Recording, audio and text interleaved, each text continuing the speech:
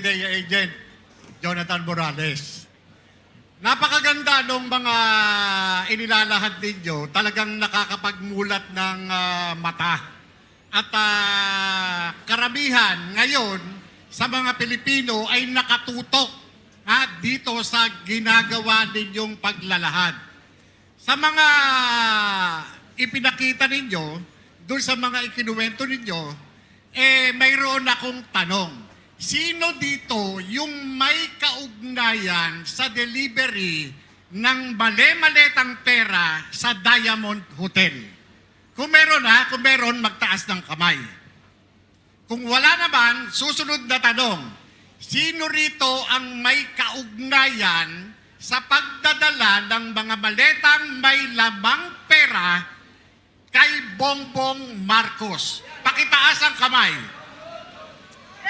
Yan. Pakitayo lang po yung nagtaas ng kamay. Pakitayo lang po. Okay. Yung nandito sa kanan, ano ang kaugnayan mo doon sa pagde-deliver ng pera na nasa maleta kay Bongbong Marcos? Bale po kasi nung time na yun, sir, May 2022. Kami po yung nagdala ng 5 maleta na large from Horizon Homes. Dinala po namin sa Delta Gate hangar sa Pasay City. Isinakay po namin sa Lexus na itim na plate number NFX 8886. At saka pinakapan po namin ng Hilux na bulletproof din na black, plate number Echo Alpha Foxtrot 7121. At yun po yung dinala nila Sergeant Tube at saka ni Boss Saldi doon sa Ilocos. Doon sa sinasabing dinala mong maleta, natatandaan mo pa ba kung sino-sino ang kasama mo na nagdala nito? Yes, sir. Ang driver po namin noon ay si dati kong kasama na si driver Nelson Paira. At saka yung backup po, si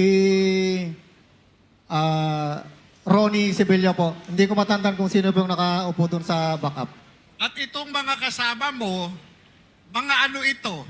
Tauhan nino. Kasama ko po, empleyado po ni Boss Saldi ko. At itong mga ginagawa ninyong pagdadala ng maleta na naglalaman ng pera, sino ang nag-utos sa inyo?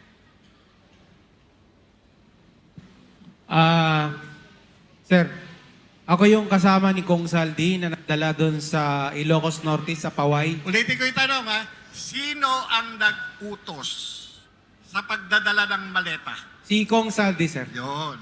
Kanino ibibigay ang maleta? Bahay po ni Presidente po yung napuntahan namin. Pero ang nag-receive po ng pera doon ay si Sandro. Pero after nung gabi, nag-dinner po sila ni...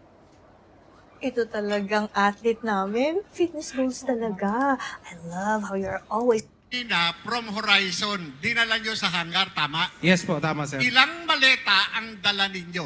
5 sir, 5. Kung natatandaan ninyo, yung 5 maleta, ano-ano yung mga sizes dito? Isang sizes lang yun, sir. Estimated ng laman nun is 50 million pataas. 50 million? Yes, sir. Okay. Itong 50 million na ito, dinala nyo sa hangar, iniwan nyo sa hangar? No, sir. Nag-flight po kami ni Kong Saldi with air taxi via plane. Naglapag po kami sa Lawag Airport po, sir. Isa na kayo nyo sa eroplano. Yes, sir. Ibig sabihin, merong billing ito, airway billing. Tama ba? Yes, sir. Yes, sir. Nasa inyo yung kopya ng airway bill? Ano po niyan, sir, is si Martin Romualdez po. Ang ng plane namin, sir. Private plane. Pakiulit nga, saan nyo dinala? Sa Lawag City, sir. Nag-flight kami, sir, sa Lawag. Then dinala namin sa Paway, sir.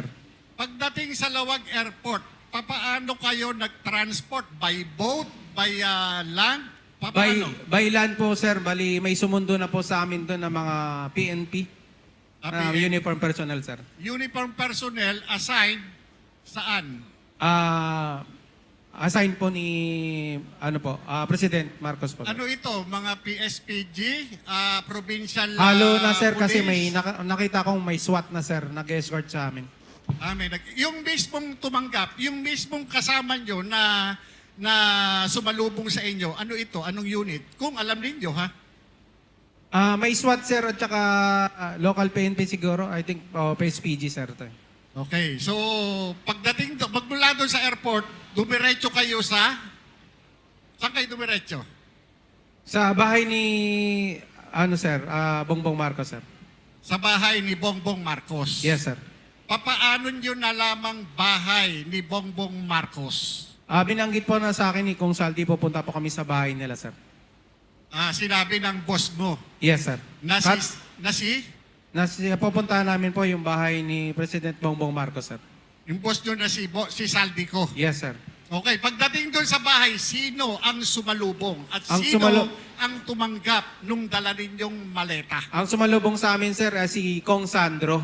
Siya po yung nag-receive. Actually may picture kami niyan sir.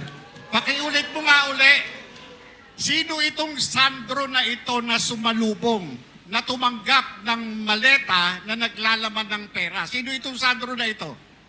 Congressman Sandro Mangcos po, anak po ni President Bongbong Marcos. Paano ka naman nakakasiguro na itong tumanggap ng maletang dala-dala ninyo mula Maynila ay itong si Congressman Sandro Marcos? Sir, may picture po kami ni Kong Sandro po sa bahay po nun. Maliban doon sa sinasabi mong delivery, nakiilang ulit kayong nagdala ng pera Isang beses lang po kami nagdala ng pera sa bahay nila po. sa bahay niya sa Ilocos. Yes po sir. Maliban doon sa Ilocos, saan pa kung meron man?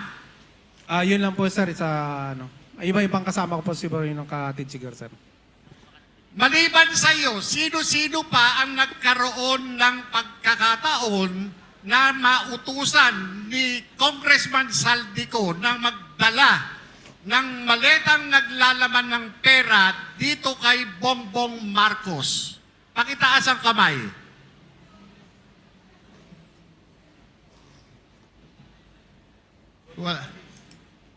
Wala na? Kay Adrian Bersamin, meron ba? Kay Lisa Marcos, meron ba?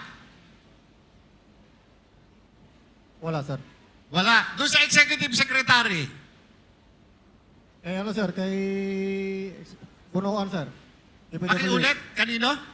Kay sir, dating Secretary Bunuan. Bunuan. Manny Bonoan. Kay Secretary Manny Bonoan. Yes po. Ano ang kaugnayan ni Secretary Manny Bonoan dito sa sinasabi mo?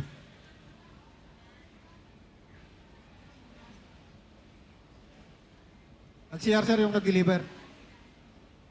Nasa CR lang po yung nag-deliver. Nasa CR yung Nasa may CR. Sorry, no?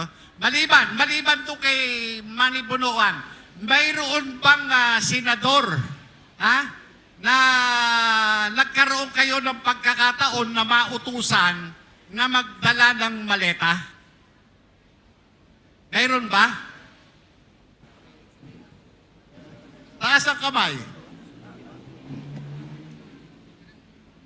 Sir, sa kay Senador Tito Soto, kanina sir nabanggit na yun. Meron? Senador Tito Soto. Andyan yung slide nung... hindi, mamaya pakita. Kay Senator Tito Soto. Ay, kanina. Ayun. Sarge, may doon kay Senador Tito Soto, hindi ikaw yung nag-deliver ka, di ba? Tama?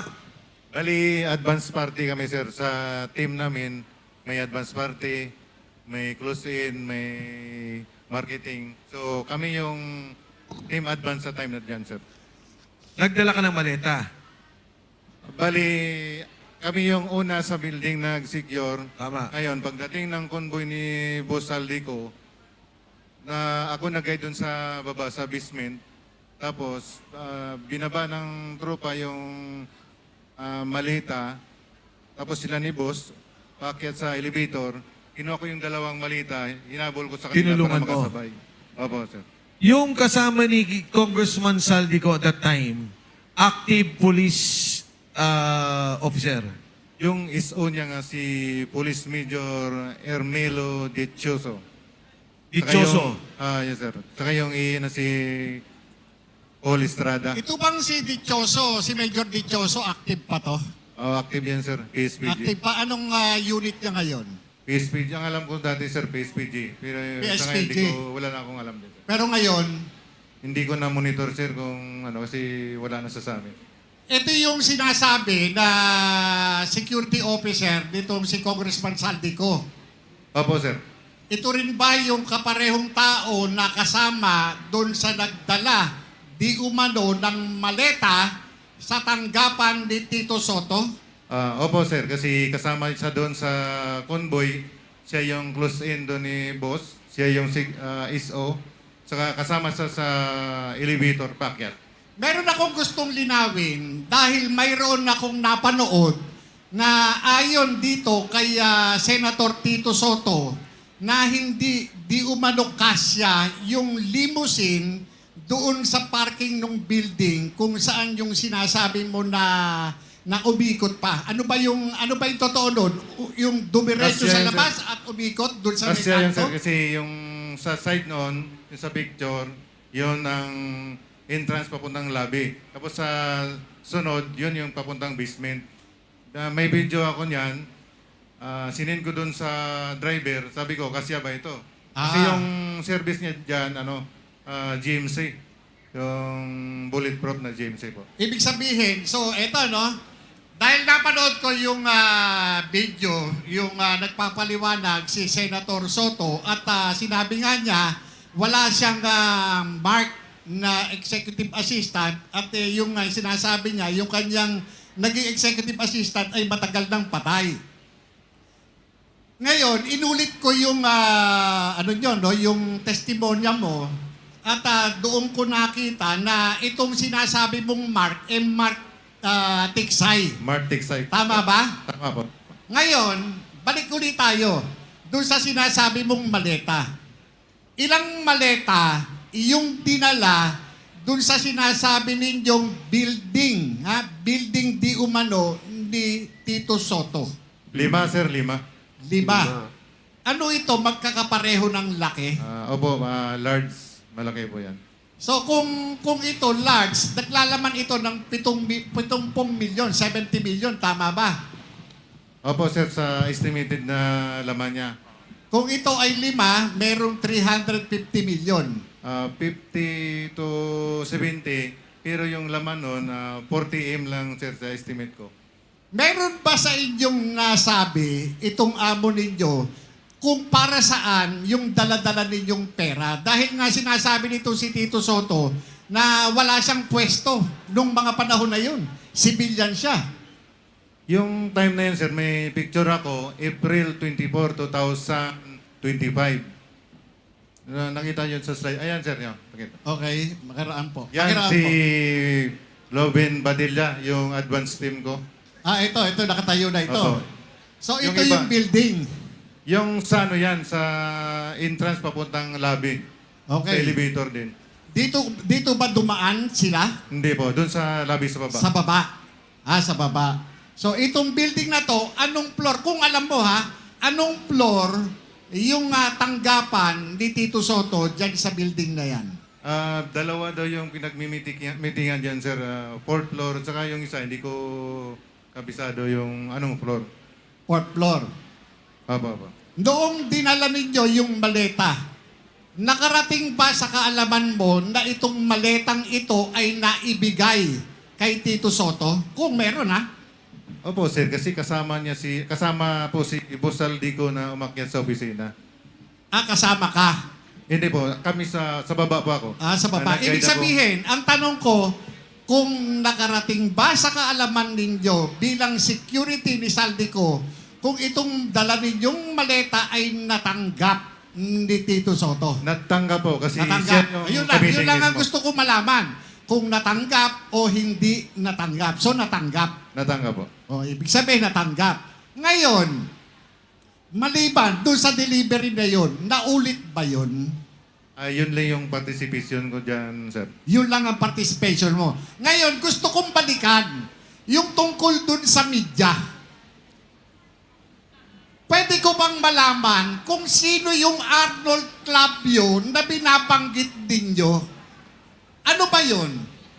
Tao ba yun o tao? Tao ba yun o manika? Baka manika lang yun, ha? Arnold Clavio po yung nasa media. Hindi, saang media? Kung ito Sa media, GMA po, GMA, marami kasi GMA. magkakapareho ng pangalan. Marami, News, no? news anchor po, GMA. GMA. Yes po. Ano siya sa GMA? Kung alam mo ha, ano siya sa GMA? Angkor. Anchor po. Anchor. Ibig sabihin, kung Anchor, may programa. Yes po. Ano yung alam mong programa na pinag-aangkoran niya? GMA News po, tsaka pangalan niya po Igan. Kasi kilala ko po siya. Matagal ko po na siya nakikita sa TV. Okay. Ayon sa'yo, ano ba ito? Ano ba yung kaugnayan nitong si Arnold Clavio? Bakit nabanggit mo kanina? Pwede mo bang pakiulit sa akin? Siya po yung mga laging kamiting ni Boss Bernard. Ano naman ang kaugnayan nung pinag-uusapan natin ngayon? Kung lagi lang siyang kamiting, ano meron? Yun po yung mga meeting nila na yan, ay mga, siguro may mapaabot si Boss B kasi minsan narinig ko, may mga pahabol siya ng mga balita. Ganun po. Tapos monthly po yung kwan yan, monthly po yung paper bag niyan. Yung maliit lang. Ibig sabihin, may involved na pera, tama ba? Yes po. May involved na pera. Gaanong karaming pera? Maliit lang po paper bag. Paper bag. Yes Yung po. paper bag, ganong karami ang laman? Ang nagbibilang po niya is yung kapatid ni Bernard Peralta na si Ariel Peralta. Ako po yung driver niyan kasi maaga pa po. Ang maaga po yung meeting lang palagi. Mga 7 or 6, ganun. Okay. Yun lang. Maraming salamat po. Thank you po. Balikan ko lang po yung ICC. Kasi napakahalaga ng ICC doon sa hindi lang dahil So, yun mga kababayan, matindi no yung mga isinisiwalat ng mga mga Marines. So bali 22 na po sila. Madadagdagan po ng 4. So tuloy-tuloy po tayo. So putol-putulin po natin mga kababayan kasi mahaba po ito. Madami po silang isiniwalat dito, iba't ibang politiko, pati mga media, personality. Talagang isiniwalat na nila mga kababayan. Ayan, kung nagustuhan nyo yung kanilang mga isiniwalat dito, mag-like po kayo sa ating video at sa mga bagong pasok dyan, pa-subscribe din po ng ating channel mga kababayan.